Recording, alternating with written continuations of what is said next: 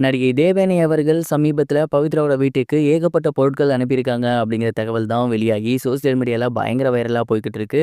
அது என்ன, எதற்காக அப்படிங்கிற கம்ப்ளீட் டீட்டெயில தான் இந்த ஒரு வீடியோல நம்ம பார்க்க போறோம். சரிகமபா நிகழ்ச்சியின் மூலியமா ரசிகர்கள் மத்தியில மிகப்பெரிய ஒரு வரவேற்ப பவித்ரா பெற்றிருக்காங்க. அண்ட் அதே நேரம் சரிகமபால தேவயானி அவர்களோட பொண்ணு இனியாவும் கலந்துக்கிட்டு ரொம்பவே சூப்பரா பாடியிருந்தாங்க. அவங்களால ஃபைனல்ஸ் வர முடியல. இருந்தாலும் என்டையர் த சீசன் சூப்பரா நம்மள சர்ப்ரைஸ் பண்ணியிருந்தாங்க. அண்ட் அந்த ஒரு சீசன் அப்ப பார்த்தீங்கன்னா தேவயானி அவர்களுக்கு பவித்ரா ரொம்ப ரொம்ப க்ளோஸ் ஆகியிருக்காங்க. அவங்க வந்து எவ்வளோ கஷ்டப்பட்டு இந்த இடத்துக்கு வந்திருக்காங்க. அவங்களுக்கு இந்த வெற்றி எவ்வளோ முக்கியம் அப்படிங்கிறது எல்லாத்தையுமே பவித்ரா அவர்களுக்காக தேவயானி அவர்கள் யோசிச்சிருக்காங்க. கண்டிப்பா இந்த சீசன்ல வெற்றி பெறணும் அப்படிங்கிற வாழ்த்தையும் இருந்திருக்காங்க.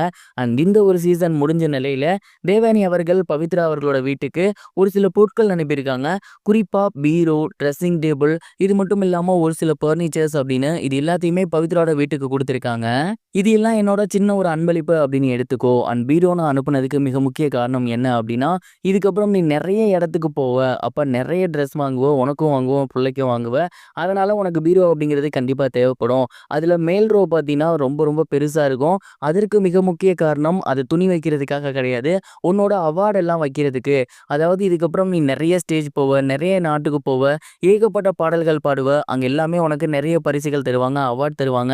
அந்த அவார்ட் எல்லாத்தையுமே பத்திரமா இந்த ஒரு பீரோல நீ வைக்கணும். அண்ட் அந்த அளவுக்கு பெருசான பீரோ தான் நான் உனக்கு வாங்கி கொடுத்துருக்கேன். அவ்வளோ அவார்ட்ஸ் நீ வாங்கணும். அதை நான் பார்க்கணும். இது மட்டும் இல்லாம உன்னோட குழந்தைக்காகவும் நிறைய விஷயங்கள் அனுப்பியிருக்கேன். அது எல்லாத்தையுமே அவளுக்கு கொடு. அண்ட் நீ வாழ்க்கையில மிகப்பெரிய அளவுல வரணும். அதுக்கு என்ன சப்போர்ட் பண்றதுனாலும் நான் பண்ணுவேன் அப்படிங்கிற மாரி ரொம்பவே எமோஷனலா பவித்ரா அவர்களுக்கு தேவயானி அவர்கள் இந்த விஷயங்கள பண்ணியிருக்காங்க. கண்டிப்பா பவித்ராவுக்குமே இந்த விஷயங்கள்லாம் பார்க்கும்போது ரொம்ப ரொம்ப எமோஷனலா இருக்கும் அப்படிங்கிறதுல எந்த ஒரு சந்தேகமும் கிடையாது. பவித்ராவிற்கு சரிகமபா ஒரு நிகழ்ச்சியா மட்டும் இல்லாம ஒரு குடும்பத்த தந்திருக்கு. நல்ல உள்ளங்கள தந்திருக்கு அப்படின்னு தான் நான் நினைக்கிறேன். இது ஒரு புறம் இருக்க, "திருஷ்யம்" படத்தோட 3வது பாகம் உருவாகிட்டு இருக்கும்போதே மலையாளத்தில மிகப்பெரிய ஒரு வசூல் ரேட்டை நிகழ்த்தியிருக்கு அப்படிங்கிற தகவல் வெளியாகி, மலையாள ரசிகர்களுக்கு மிகப்பெரிய ஒரு ஷாக்கிங்கை ஏற்படுத்தியிருக்கு. ஜீத்து ஜோசப் அவர்களோட இயக்கத்தில மோகன்லால் அவர்களோட நடிப்பில வெளிவந்த படம் தான் "திருஷ்யம்". அந்த படம் தமிழ் சினிமால மட்டுமல்லாது, ஒட்டுமொத்த இந்திய சினிமாலயுமே மிகப்பெரிய ஒரு கவனம் ஈர்த்திருந்துச்சு. மலையாளத்தில மிகப்பெரிய ஒரு வசூலையும் வெற்றி பெற்றிருந்துச்சு.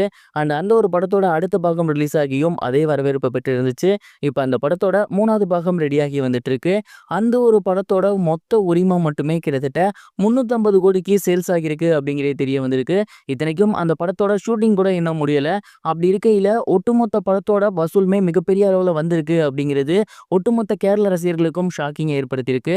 சமீபத்தில மலையாளத்தில லோகா படம் இந்த வசூல் எட்டி இருந்துச்சு. ஆனா "திருஷ்யம் 3" படம் ரிலீஸ் ஆகுறதுக்கு முன்னாடியே மிகப்பெரிய ஒரு வசூல் வேட்டைய நிகழ்த்தியிருக்கு.